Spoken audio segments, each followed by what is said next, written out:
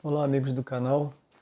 Vamos para o estudo de mais uma lição do terceiro trimestre de 2020, da revista Lições Bíblicas Especial, edição especial, que tem como título Os Princípios Divinos em Tempos de Crise. E o título da lição de hoje, Despertamento Espiritual, um Milagre.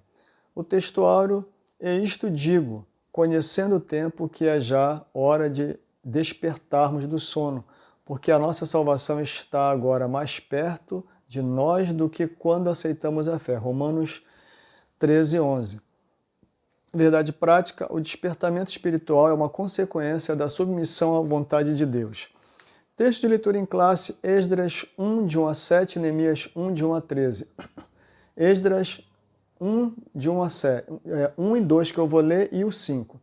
No primeiro ano de Ciro, rei da Pérsia, para que se cumprisse a palavra do Senhor, por boca de Jeremias, despertou o Senhor o espírito de Ciro, rei da Pérsia, o qual fez passar pregão por todo o seu reino, como também por escrito, dizendo: Assim diz Ciro, rei da Pérsia, o Senhor Deus dos céus me deu todos os reinos da terra, e ele me encarregou de lhe edificar uma casa em Jerusalém, que é em Judá. Então se levantaram os chefes dos pais de Judá e Benjamim, e os sacerdotes e os levitas, com todos aqueles cujo espírito Deus despertou para subirem e a edificar a casa do Senhor que está em Jerusalém. A lição desta semana tem como objetivo falar do despertamento espiritual, como nós já vimos, né? Então, no tópico 1, diz o seguinte: no primeiro ano de Ciro, despertou o Senhor o espírito de Ciro. Deus despertou Daniel para orar pelo futuro do seu povo. Perceba o seguinte, na última lição, nós vimos que Daniel percebeu pelos escritos que o tempo de cumprimento da promessa proferida na profecia de Jeremias estava cumprido. Certamente nós vamos perceber aí que Daniel também conhecia a profecia de Isaías, porque Daniel ele se devotava a conhecer os escritos sagrados. Então, certamente, quando ele percebe pelos livros, pelos escritos, que alguma coisa estava apontando para uma promessa de Deus a ser cumprida, nessa hora ele sente no coração o desejo de orar e pedir perdão, né, pelo pecado do seu povo, por tudo que eles fizeram que desagradaram ao Senhor.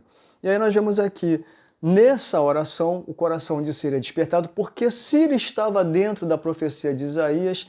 Como diz a palavra lá, Isaías vai dizer que o Senhor chama Ciro de meu servo. Interessante que o Senhor chama também Nabucodonosor de meu servo. Muitas vezes as pessoas nem sabem que estão fazendo a vontade de Deus, mas estão sendo instrumentos de Deus para o cumprimento de alguma coisa que Deus quer realizar. Então você vai olhar nessa linha de pessoas que o Senhor usou para se manifestar e para fazer engrandecer o seu nome. Eu posso apontar para você pelo menos 3 elementos, dentre os tantos que a Bíblia tem.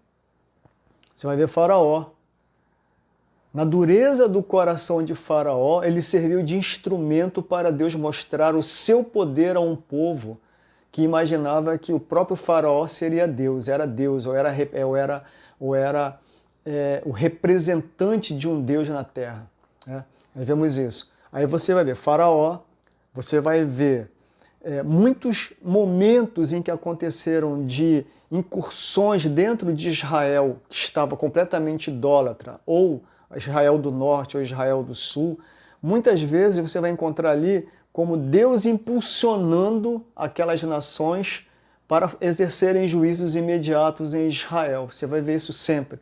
Então, essa ideia de Deus usar pessoas e chamar de meu servo, ela é muito comum na Bíblia. É muito comum. Por que meu servo? Porque muitas vezes, talvez sem entender, eles estavam fazendo exatamente aquilo que Deus determinara fazer e os usara como instrumento. Que nós sejamos servos do Senhor para fazermos a sua vontade e o seu querer. Então aqui você encontra isso. duas pessoas, Daniel vai orar e Ciro, que estava na promessa de Isaías, na profecia de Isaías, vai ser um instrumento usado por Deus para cumprir aquilo que Deus havia prometido quando do juízo exercido sobre Judá. Muito interessante esse ponto. E aqui nós vemos ainda, Deus usa instrumentos para cooperarem com ele, mas o autor do despertamento é ele, ou seja, esse despertamento aí, nós podemos dizer, levantar. O Senhor levantou Ciro para realizar a sua vontade. O Senhor impulsionou o coração do povo para voltar para a sua nação, para voltar para ajudar, para reconstruir, para levantar, para restabelecer o templo do Senhor. Então o Senhor, ele vai fazer exatamente isso. Ele vai estimular, ele vai levantar, ele vai usar. São instrumentos do Senhor. O despertamento está nesse sentido, certamente. E aí nós vemos aqui, por isso, o despertamento é um mistério, ou seja, isso vem do Senhor. Isso vem do Senhor. O Senhor usa quem, como e quando Ele quer. É muito bonito isso. Muito bem. As coisas humanas podem ser explicadas, previstas, calculadas, ou seja, tudo do ser humano é previsível. Tudo do ser humano é previsível. Esses dias eu comentei um texto de Elias, você pode depois, eu vou deixar aqui aqui em cima, para você verificar. Eu comentei um texto de Deus usando elementos da natureza, pássaros, corvos, para suprir a necessidade de alimentação de Elias. E o Senhor usou alguém que não tinha nada para prosperar a vida, tanto dela quanto do seu profeta, que era a viúva de Sarepta, o instrumento usado por Deus para dar alimento para Elias. Essa mulher não tinha mais nada. Ela disse, eu vou comer o que eu tenho com meu filho, depois eu vou morrer. E o profeta disse, segundo a palavra do Senhor, a farinha da panela não acabará e o azeite da botija não estancará até que o Senhor faça chover sobre a terra. Então, nós sempre vamos encontrar pessoas sendo estimuladas, despertadas pelo Senhor para serem instrumentos da sua vontade.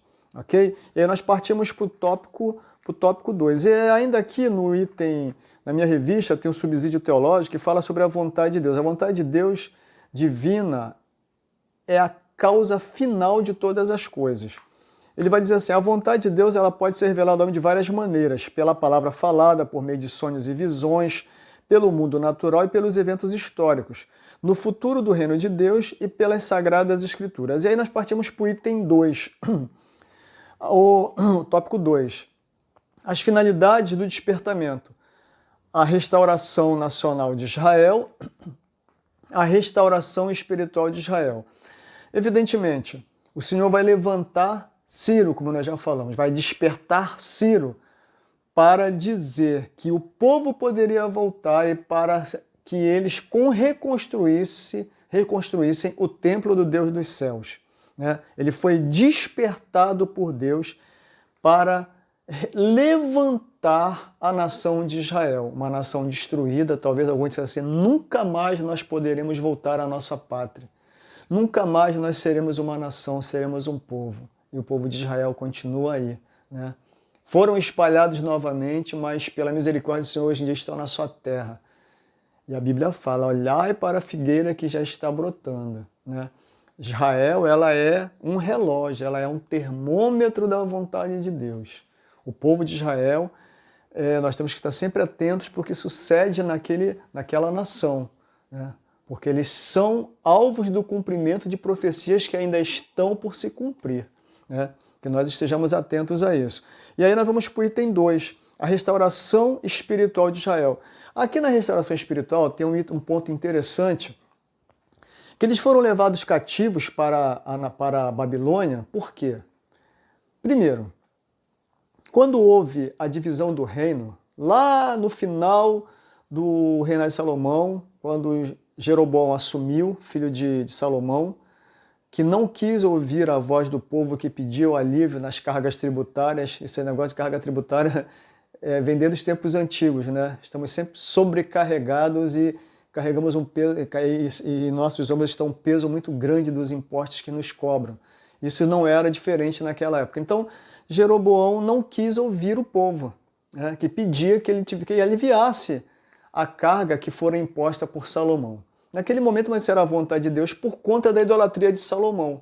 Salomão havia desobedecido ao Senhor depois de Deus lhe ter feito muito bem, né? E aí eles separaram a nação de Israel, tornou-se plenamente, completamente idólatra a partir dali, o Reino do Norte.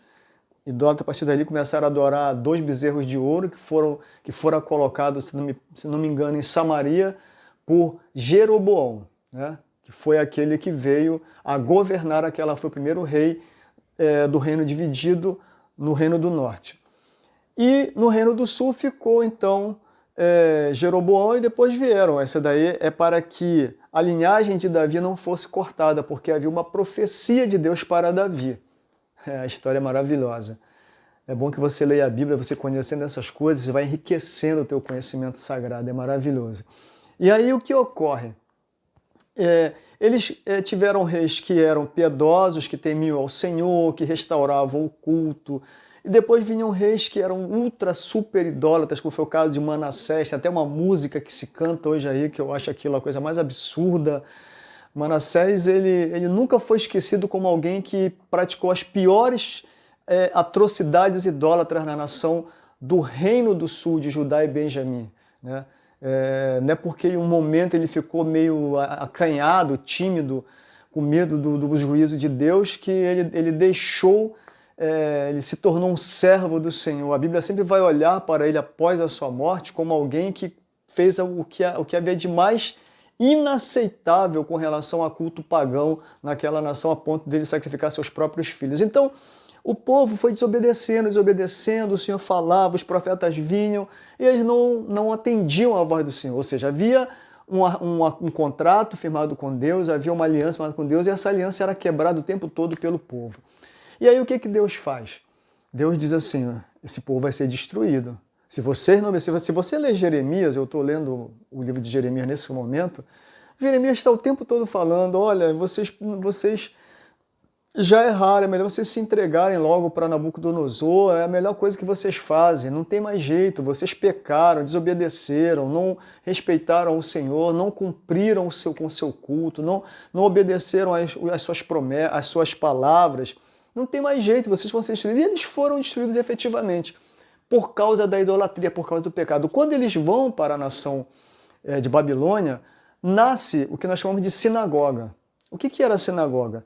Foi um lugar onde a comunidade judaica se juntou para não perder a sua cultura, para não esquecer a cultura do seu povo, não perder o contato com os seus patrícios, com os seus irmãos conterrâneos, e também estudar a palavra de Deus. Quando eles se deram conta do grande mal que eles haviam feito, eles se juntaram nas chamadas sinagogas para estudar a palavra de Deus.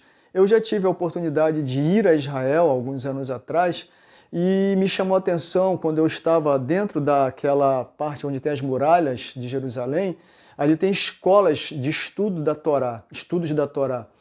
E nós não temos acesso a esses locais, mas nós conseguimos ver pelas janelas as crianças com aqueles trajes, né, aqueles cachos, aquelas coisas todas, aquelas roupas típicas dos judeus, né, dos judeus tradicionalistas, daqueles fundamentalistas, né, estudando em volta de uma grande mesa com seus mestres e as crianças ali estudando os textos sagrados. É uma coisa muito interessante, muito bonita, porque a gente sabe que isso teve origem lá atrás, quando eles desobedeceram a Deus e eles se deram conta disso e buscaram preservar o conhecimento do Deus que os havia concedido tantas bênçãos, que os havia feito prosperar tanto, dando-lhes terras, fazendo-os vencer batalhas.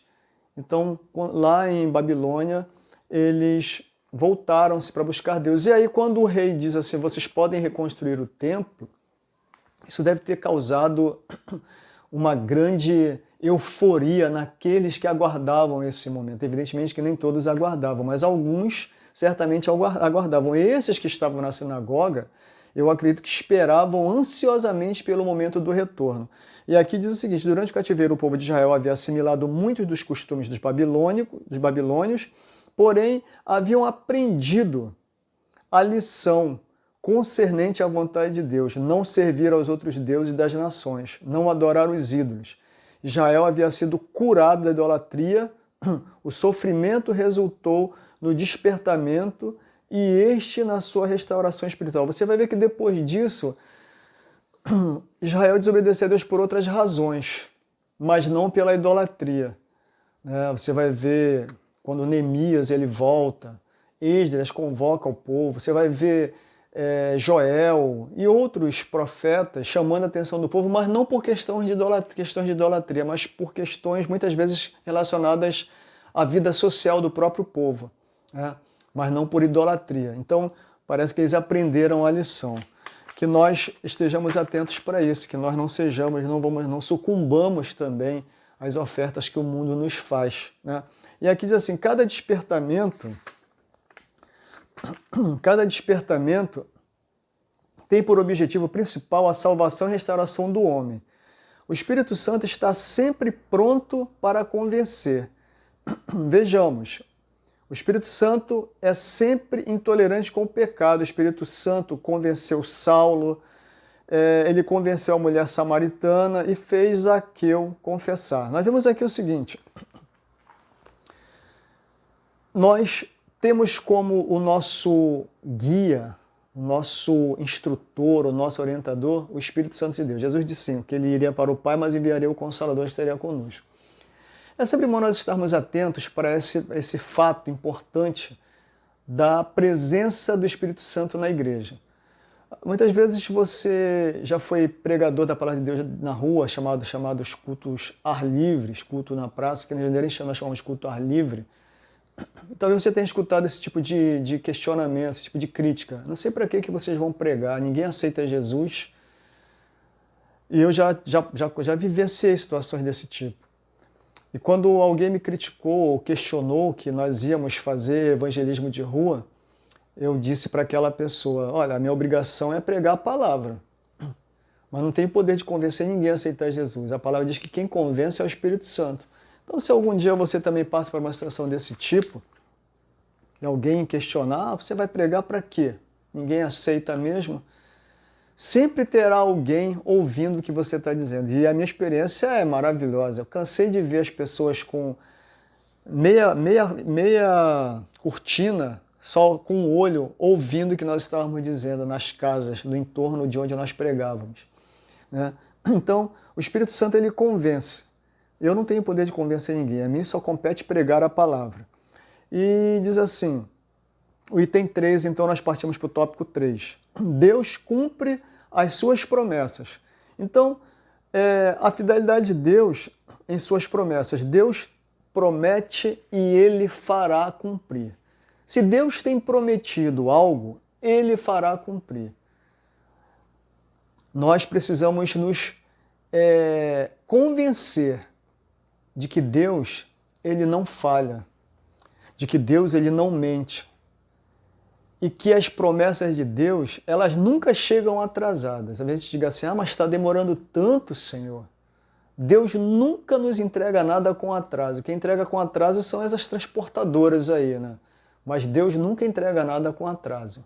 Ele entrega na hora certa, no momento certo, que lhe é conveniente. Porque Ele sabe todas as coisas, eu e você não sabemos absolutamente nada. Eu não sei o que vai acontecer daqui a 1 segundo comigo. Você também não sabe. Então, Deus ele cumpre as suas promessas, Deus renova as suas promessas. Quando Ele faz promessas, Ele faz com que o povo se sinta estimulado. E Ele renova aquelas promessas para que o povo sinta o prazer de confiar e esperar nele. Aí nós vemos aqui o seguinte, o batismo no Espírito Santo é uma bênção que faz parte de uma vida, de uma nova vida com Cristo. Nós assembleanos, talvez você não seja assembleano, então é bom eu explicar essa questão aqui. Nós assembleanos entendemos que o batismo com o Espírito Santo se dá na evidência do falar em línguas. Então, quando a pessoa, ela num momento de oração, em que o poder de Deus está muito intenso na comunhão dos irmãos, e ela começa a falar em línguas espirituais, e ela não falava antes, entende-se que nesse momento ela foi o que nós chamamos de batizada com o Espírito Santo, né? Nós já sabemos que Paulo, em 1 Coríntios 12, ele vai relacionar alguns dons. Alguns dizem que são os 9 dons. Evidentemente que nós não podemos fechar em 9 dons. Existem muitos dons concedidos por Deus. Paulo relaciona alguns deles. E dentre eles está a evidência do falar em línguas, né? Mas é bom que nós tenhamos muito cuidado com essa manifestação das línguas, né? Embora eu seja assembleano, eu tenho muito cuidado com o uso das línguas, né? Nós sabemos que o inimigo ele é astuto e ele pode fazer das suas num momento, num ambiente em que não esteja havendo uma vigilância espiritual. Então, aqui o comentarista dessa Bíblia, essa revista aqui, ela é bastante, como nós sabemos que é lá do século passado, né, de 93, segundo alguns já disseram aqui no YouTube. Nós vivemos um tempo na Assembleia de Deus que nós buscávamos intensamente o batismo no Espírito Santo. Eu tenho a felicidade de dizer que eu sou um daqueles que experimentou receber o dom das línguas. Então eu sei que isso é muito bom, isso é maravilhoso. Só quem já vivenciou esse momento da expressão do falar em línguas é que pode dar o seu testemunho de como é bom nós sentirmos a intensidade da presença do Espírito Santo em nós. E o comentarista ele fala sobre isso aqui. Então ele diz o seguinte: os dons espirituais também fazem parte das bênçãos que Jesus deseja dar por meio do despertamento. E aí você pode ler lá, 1 Coríntios 12, de 7 a 11. Deus ainda deseja despertar os corações para ter fé renovada na cura do corpo, também resultado da morte expiatória de Jesus. Então perceba o seguinte: o Senhor ele quer distribuir os seus dons à igreja. Nós aprendamos aqui nessa questão, aqui nesse tópico, aqui nesse item, na verdade, que ninguém é dono dos dons. Que fique claro isso aqui. Às vezes existem pessoas que aparentemente se acham mais santas do que as outras porque, teoricamente, elas manifestam algum tipo de dom. Elas têm visões, elas têm revelações, elas falam profecias. E algumas pessoas veem esses irmãos que supostamente são agraciados com esses dons especiais como pessoas elevadas. Não são. Os dons são concedidos à Igreja de Deus. Tem dons, são os chamados vocacionais, você vai ver lá em Romanos, se não me engano, lá em Romanos tem os dons de vocação, né? Mas esses dons espirituais de Coríntios, eles são os dons para a Igreja de Deus. Qualquer um que está despertado por Deus, que vive um avivamento constante, está apto a receber do Espírito Santo uma revelação, a falar em línguas espirituais não compreensíveis e ter alguém que traga a interpretação das línguas usadas por Deus. Claro e evidente que nós não podemos negligenciar os dons e anulá-los da casa do seu Paulo. Vai falar sobre isso lá, né? Não extingais as línguas, mas ele diz: tenham sabedoria. Então, que se a igreja ela se volta para buscar o Senhor, ela desperta para estar mais perto de Deus, naturalmente a manifestação desses dons, elas serão evidentes no ambiente do corpo de Cristo. Então, eu não tenho, o dom de cura não me pertence. Eu não sou o dono, eu não tenho o poder de curar. Quem tem poder de curar é o Senhor, né? De trazer ao conhecimento aquilo que está oculto. Eu não tenho esse poder. Mas eu posso ser instrumento de Deus para impor a mão sobre um enfermo e esse enfermo ser curado. Eu tenho a capacidade de receber de Deus uma revelação me fazer ver alguma coisa que precisa ser trazida para a igreja para que a igreja seja restaurada, por exemplo. Mas isso não me pertence, isso não me faz melhor do que ninguém. Como é que eu alcanço a dádiva da possibilidade de ser instrumento de Deus para manifestações dos dons? Quando eu me coloco na vontade do Senhor. Então, nunca se ache inferior a alguém que tem a dádiva da manifestação dos dons do Senhor, dos dons espirituais em si. Essas pessoas não são melhores que você. Na verdade, elas têm que ser mais humildes, elas têm que se colocar intensamente debaixo da vontade do Senhor, para que elas não sejam rejeitadas pelo Senhor, para que a soberba, o orgulho e a vaidade não suba ao coração delas e elas sejam esvaziadas da graça de Deus. É muito bom estarmos atentos para isso. E aí nós partimos para o tópico 4. O tópico 4 diz o seguinte: o despertamento torna os homens obedientes à palavra. O culto que foi restabelecido em Jerusalém foi exatamente aquele que a lei de Deus determinava. Não foram introduzidas novas formas de culto. Isso aqui é importante, né? Esse texto aqui que nós estamos estudando é lá do século passado, mas é plenamente cabível na nossa contemporaneidade. Quantas igrejas estão transformando os seus púlpitos em palcos com luz, canhões de luz, com purpurinas e com raio laser e com não sei mais o que? Eu não sou contra isso, não. Mas não é isso que vai trazer à espiritualidade um comprometimento de caráter, de vida cristã aos crentes. O que vai fazer o crente ser uma pessoa realmente transformada, como diz Paulo lá, não sou eu que vivo, mas agora é Cristo que vive em mim, e a vida que agora vivo-a, né, na graça do Senhor, vivo-a na presença do Senhor Jesus Cristo. O que vai me fazer ser um verdadeiro cidadão dos céus é eu ser instruído no conhecimento da palavra. Não são shows pirotécnicos, não são palavras com diga isso, diga aquilo, não são danças que vão fazer eu ser mais crente. O que vai me fazer ser mais crente, se é que eu vou usar esse termo, é conhecer a Deus e cada vez mais me mergulhar no conhecimento de Cristo. Eu sempre digo, conheça os ensinos de Jesus. Na última lição, não me lembro se foi na última lição, se foi num outro vídeo que eu gravei, eu disse: leiam os evangelhos, leiam João, vejam como é que Jesus se comportou enquanto esteve aqui. E aí você vai perceber que o culto que agrada a Deus não é o culto estético, mas é o culto que vem do coração, que vem da alma, é a fidelidade, é a sinceridade, é um sentimento de entrega total ao Senhor. E aí diz ainda mais aqui no ponto 2 do tópico 4. O crente despertado inclina-se a guardar os estatutos de Deus até o fim. Né? Isso é o que está lá no Salmo 119, verso 112. O que diz o Salmo 119, verso 112? Ele diz o seguinte, vamos ler aqui. Inclinei o meu coração a guardar os teus estatutos para sempre, até ao fim. Como diz Paulo, eu sempre repito isso.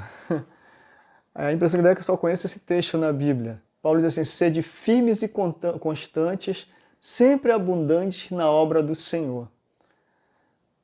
O que me faz ser um verdadeiro cidadão dos céus, um crente fiel ao Senhor, ser alguém com cheiro agradável às narinas de Deus, ser alguém que busca expressar a imagem de Cristo em mim? É eu inclinar-me a conhecer os seus estatutos. Se eu inclinar-me a conhecer os estatutos do Senhor, eu buscarei viver uma vida de retidão e santidade e exemplo para que outros vejam que vale a pena ter Jesus no coração. E aí, para fechar aqui, eu tenho aqui um subsídio que diz o seguinte, subsídio doutrinário: O que é um despertamento espiritual? Antes de mais nada, é um retorno à vontade de Deus. Todas as vezes que os crentes se voltam aos princípios das Sagradas Escrituras, dá-se um despertamento espiritual. O que é necessário para se viver um grande despertamento espiritual? Primeiro, voltar-se às Sagradas Escrituras. Neste ponto, devem cair por terra as nossas conveniências e comodidades. Tem mais aqui. O grande avivamento de Josias começou exatamente quando líderes do povo começaram a examinar detidamente as Sagradas Escrituras. Depois, segundo, o crente deve buscar com redobrado favor a presença de Cristo. E em terceiro, não podemos perder o nosso primeiro amor. A igreja de Éfeso, exteriormente, não poderia haver igreja tão ortodoxa doutrinariamente como aquela. No entanto, estava longe do seu primeiro amor. Então, muitas vezes eu sou um crente, eu cumpro com todas as minhas rotinas religiosas, fechando aqui em Éfeso, né? Nós acabamos de estudar a carta de Éfeso. Aliás, eu vou gravar as 2 primeiras lições que eu não gravei no trimestre passado. Eu vou gravar, vou disponibilizar aqui ainda esta semana a primeira lição, que na verdade agora, e depois eu vou gravar a segunda. Então, Éfeso, eles eram fiéis, mas já haviam caído na rotina da vida cristã. Muitos de nós estamos na rotina da vida cristã. Hoje nós estamos vivendo ainda a pandemia do coronavírus. E muitas pessoas da igreja não pararam para refletir sobre a sua relação com Deus. Algumas pessoas até enfraqueceram mais. Mas fica aqui o convite. Se você está com aquele amor titubeando, você está sentindo que já não é o mesmo, busque o despertamento espiritual. Assim como Daniel, que nessa época desse texto que nós acabamos de ler aqui, já estava com aproximadamente 90 anos e possivelmente fora levado para a Babilônia com 15 anos, não enfraqueceu, não desistiu de confiar em Deus, você também poderá ser reanimado. Busque a Deus, faça a vontade do Senhor e faça com que o despertamento espiritual seja um verdadeiro milagre na sua vida. Que Deus te abençoe.